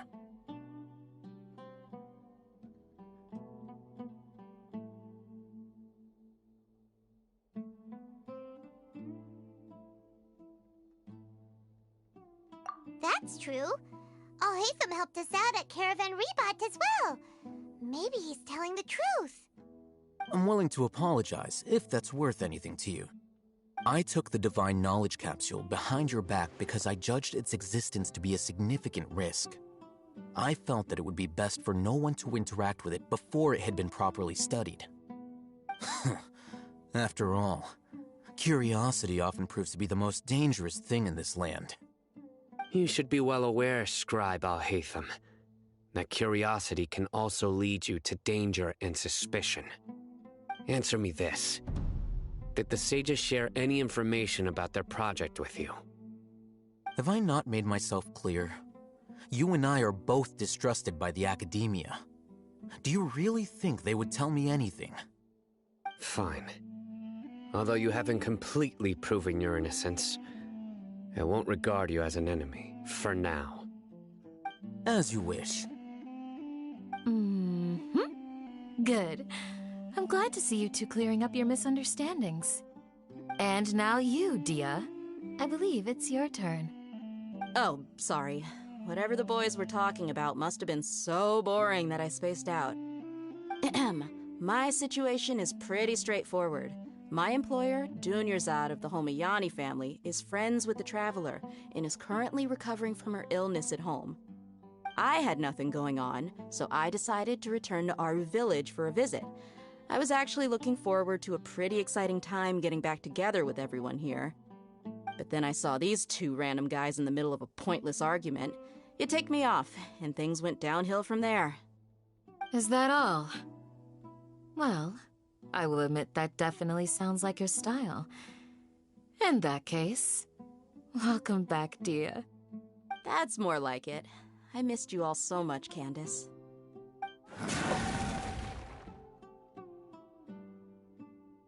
Whoa! What was that sound? No need to worry. Now that you're no longer at each other's throats, please make yourselves at home. I'll take a quick trip outside to clear out some of those creatures in the sandstorm. Creatures? In the sandstorm? Are you sure you don't want some backup? Fighting in a sandstorm is not for the faint-hearted. Anyone without extensive training in these conditions is at a disadvantage. You needn't worry. Yeah, just leave him to Candace. Don't worry, she's as tough as they come.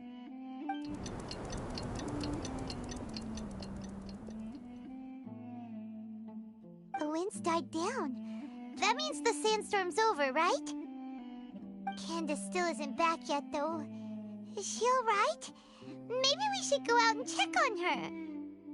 When you put it that way, even I'm starting to feel a little worried. Alright, let's go. We've been here long enough, and the boys are as chatty as the floor.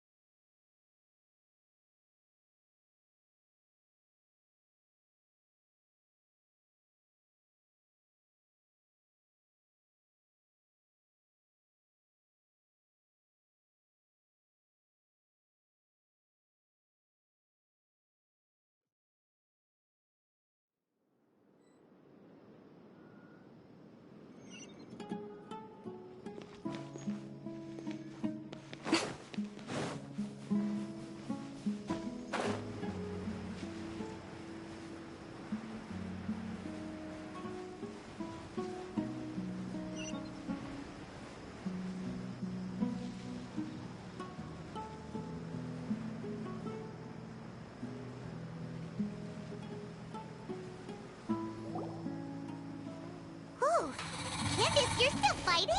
You've been out here dealing with these creatures the entire time? Yes. They just keep coming in waves. I've lost count of how many I've defeated. Before I realized it, even the sandstorm had stopped.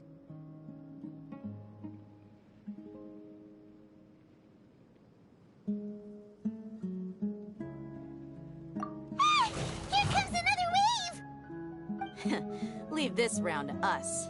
I got interrupted earlier, but now I have something to take my anger out on. It's been quite a while since I've seen the Flame Mane in action. I'll leave these to you then. I'll be sure to put on a good show. Let's go!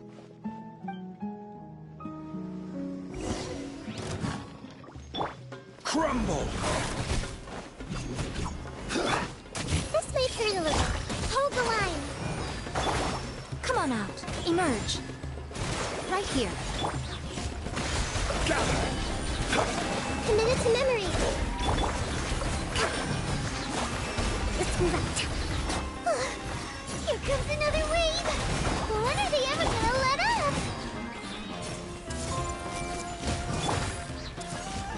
Solidify! Show them. Emerge. Right now. Emerge.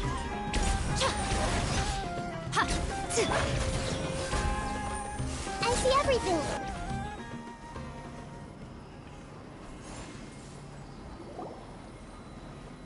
The creatures stopped appearing. Was that the last of them? What we fought just now was probably the aftermath of the sandstorm. So we should be safe for the time being. Well fought, everyone. No injuries, I hope. Huh? Who are you? Ah, my apologies. I haven't had a chance to greet you yet. I had my hands full taking care of the village's elderly and children. I am the chief of Aru Village. Everyone usually calls me Uncle Anpu. Sir, I am also originally from the desert, but I have not been back for some time now. May I ask if such sandstorms are common? I can't say they've always been common, but recently the storms have become increasingly severe and frequent. Besides sandstorms, we also occasionally get earthquakes. According to an investigator who stayed in the village a while ago, these unusual natural phenomena are related to the withering of Irminsul. Another effect of Irminsul's withering. So, Irminsul's withering causes withering zones in the forest, and sandstorms and earthquakes here in the desert? Everything in the natural world is inextricably connected to Irminsul. These regional symptoms can indeed be a reflection of Irminsul's present state. Everyone in Aru Village needs to take good care of themselves. Speaking of which, why haven't I seen a single village keeper since I got here? Village keeper? Who are they? Village guards like Candace? Does your curiosity know no bounds?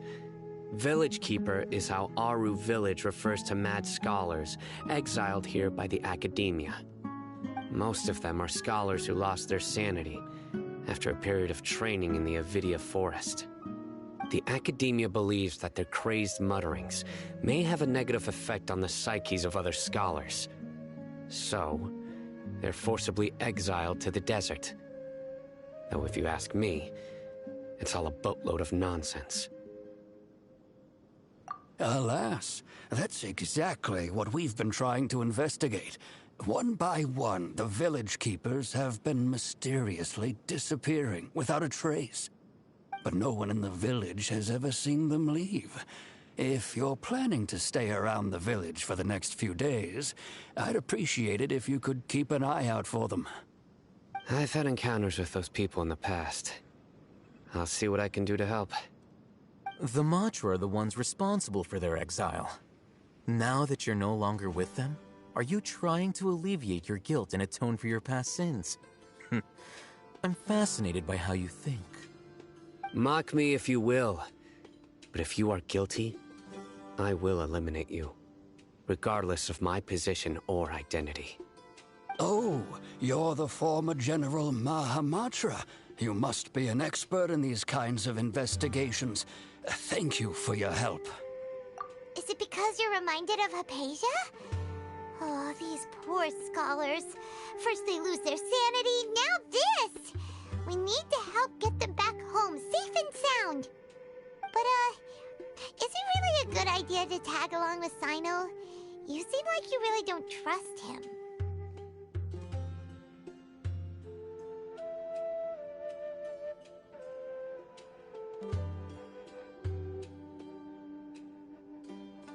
I'll be grateful for the assistance. No doubt you will do a better job than some of my former subordinates. Let's start by finding a spot to share what we know so far.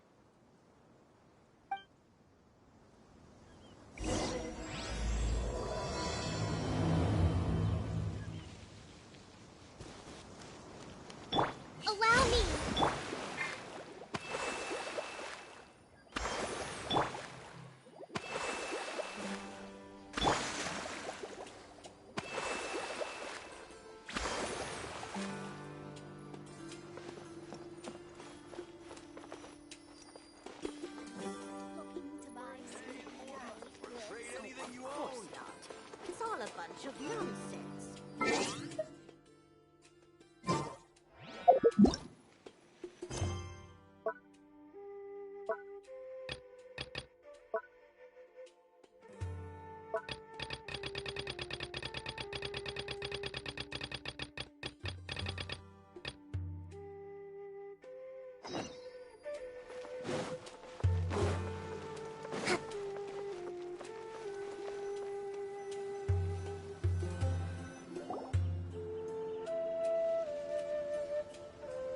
Although I've sent myself into exile, I'm still doing essentially the same things as before. Do you still have any questions for me before we start our investigation? One of my former subordinates told me that this title has its origins in a strange incident. The Academia has long exiled mad scholars to Aru Village. When mad scholars first arrive, they are as incoherent and deranged as before. Initially, the people of Aru Village greatly resented having to take in the mad scholars. But a strange incident one night changed that. Aru Village was struck by the strongest earthquake in living memory. Seeing buildings on the verge of collapse all around him, the then chief of the village was preparing to take everyone to safety. Suddenly, he noticed a mad scholar crouching in a corner, caressing the ground with his hands. A soft, green light radiated from him, like a divine glow against the backdrop of night. Despite the powerful tremors that ripped through the ground that night, all the houses remained upright, almost as if they had grown roots reaching deep into the ground. In the end, not a single building collapsed, and no one was hurt. After that, the people of Aru Village treated the mad scholars with greater kindness, and began to refer to them as the village keepers. A soft green light? A mad scholar protecting Aru Village? What do you make of it, Traveler?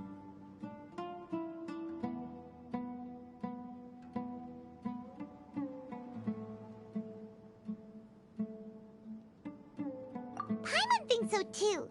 Actually, Sino, do you know if any of the mad scholars continued to wear their Akasha terminals at Aru Village? In theory, they would continue wearing them so the Academia could still monitor their activities. With that said, the main Akasha system would no longer have any interaction with them. Oh, no wonder! Everything makes sense then! Add in the fact that they calmed down, it was probably Nahida who calmed them. If you are able to draw a conclusion from this one story alone, then it appears you possess much more information than I do. So, what do you make of the story?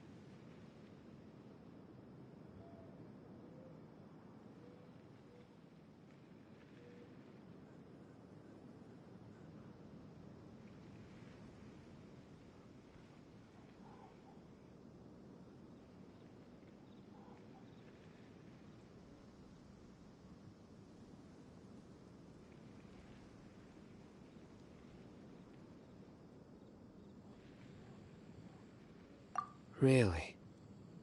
Lesser Lord Kusanali. What?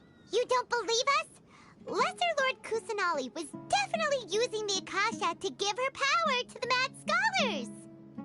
No, it's not so much that I don't believe you. I'm just struck by your reasoning.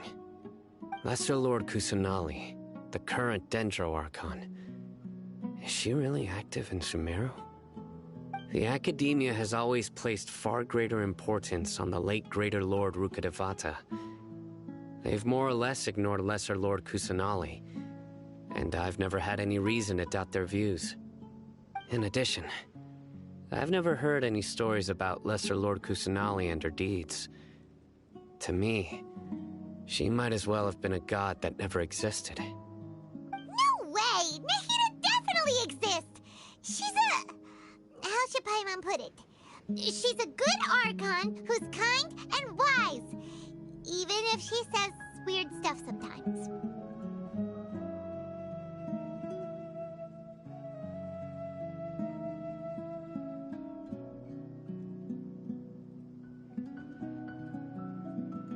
I've spent many years interrogating criminals, so I can easily tell when someone is lying. Good! Then you should know that we're telling the truth! That look in your eyes. I've never seen that from a liar. You two really must have met Lesser Lord Kusanali. How can this be? To think, our Archon has been amongst us this entire time. Alright, now it's our turn to put our skills to good use for this investigation. But easier said than done, especially since we don't have any leads. Maybe we can start by knocking on some doors. Excuse me, are you here to help me find my grandpa? Huh? Who are you? By the sounds of it, a resident of this village. My name is Isak. You'll help me find my grandpa, right? Is your grandpa a mad scholar? Hey, don't say that. Grandpa is just Grandpa. Why do you have to call him that? It's not like he's a bad person or anything. The person you're referring to is not a local, yet you are. Why do you call him Grandpa? Grandpa is just Grandpa. He's my family. I heard everything you said to the village chief. Please, you gotta take me with you. I want to find my grandpa. I swear I'll help. I won't be a nuisance. Ah, so you're the one who was eavesdropping on us around the village chief's house. I was planning to go out and take care of whoever it was, but I had a vague feeling that they didn't harbor any ill intent. Whoa. Hatham wasn't kidding about Matra having sharp senses. Sino, he's just a kid. All he wants is to find his grandpa. Let's find a way to help him. Sorry, I was only listening in because I wanted to know where Grandpa went. Honest. If you don't believe me, you can ask Miss Candace. All right. But first, let's confirm the facts with Candace.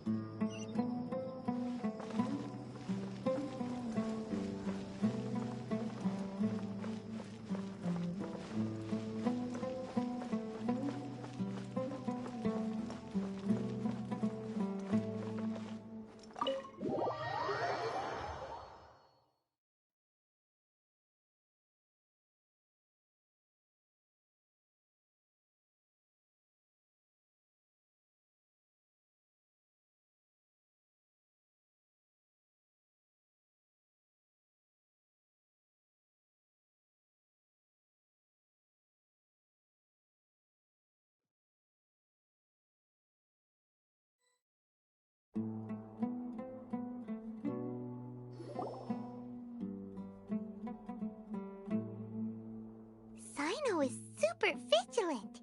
Is this what all the Matra are like? Ah, you're back already. We just wanted to confirm something with you. Do you know a boy by the name of Isak? I had a feeling he'd go looking for you.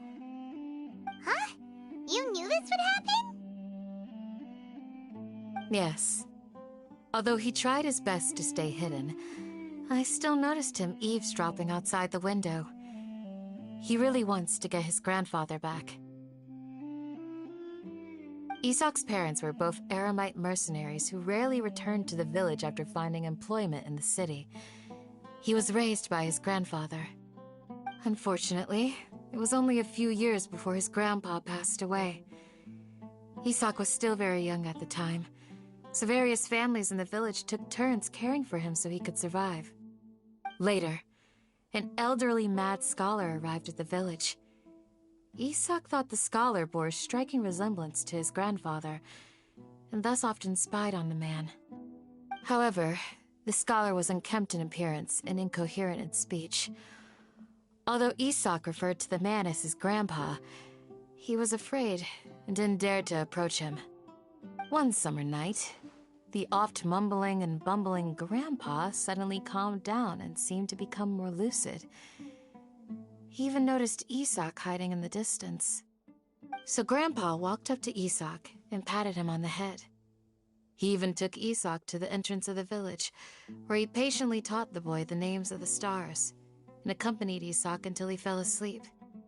The next morning, Isak woke up and wanted to go find his grandpa again, only to realize his grandpa no longer recognized him.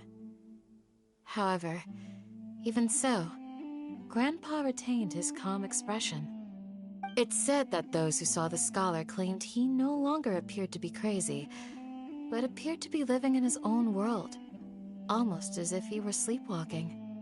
Isak was thrilled that his grandpa was able to find peace, and would follow him all the time, asking him things like, "Grandpa, want me to take you somewhere fun?" Or, "Grandpa, could you tell me stories about the stars again?" All this somehow just makes Paimon feel really sad. It seems like they both deserve so much better. Perhaps. Nearly everyone who lives in the desert has some form of hardship or regret. But even so, we must still continue on with our lives. It's also my reason for fighting. I must continue to protect this land.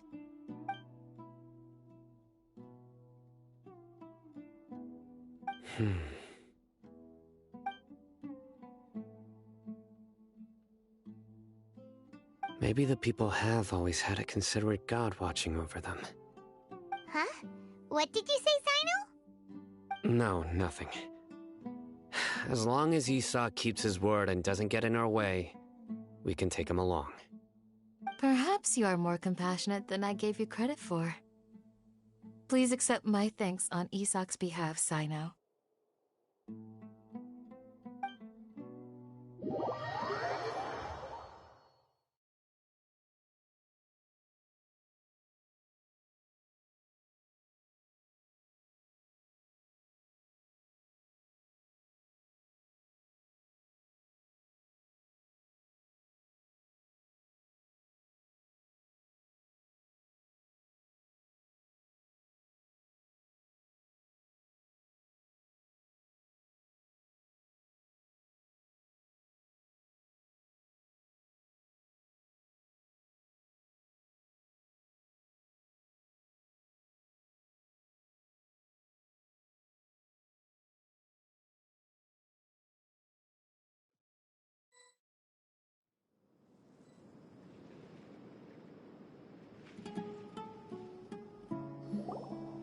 Hey, Isak! Oh, it's you guys! We've cleared everything up. Let's go find your grandpa. Really? Wow! Thank you so much!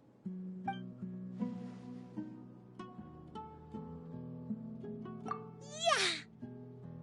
Alright. Let's ask the local residents some questions.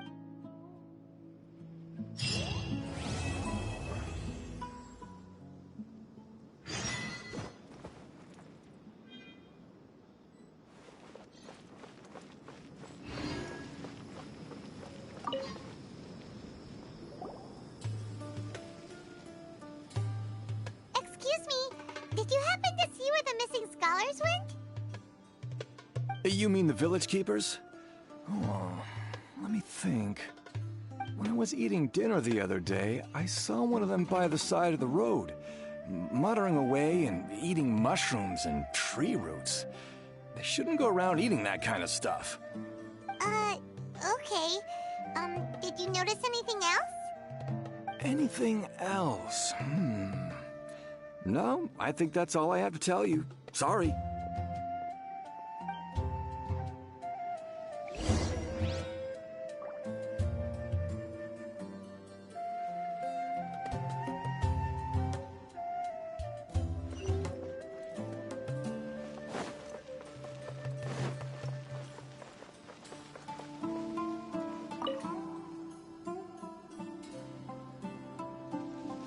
The scholars that have gone missing. Have you seen them? Those eyes. Those fierce eyes. You look like a real fighter. Don't change the subject. Right. You were asking about the the Mad Scholars. I think it's been a few days since I last saw them. I usually go to bed pretty early, so I'm not too familiar with what goes on at night. But honestly, I feel quite sympathetic towards them. Even though they act a little strange, they've helped me in the past. If it weren't for them, my house would have collapsed long ago. Do you also think Grandpa and the others are good people? Grandpa? Oh, hello there. It's little Isak. You mean that nice man who looks like your grandpa's long-lost twin, right? He was actually the one who protected my house. I saw it with my own eyes. He happened to be staying near my house that day and was doing something with his hands on the ground. It still feels pretty surreal now that I think back on it. Did someone teach them how to do that? Well, whatever the case, I'll always be thankful to him and whoever taught him to look out for others. I'm pretty sure that if I ever went mad, I wouldn't be able to do anything like that. Gotcha. Thank you.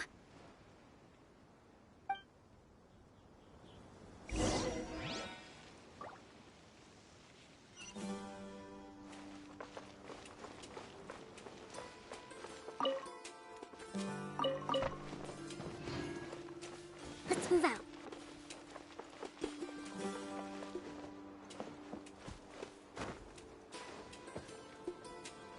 Breathtaking.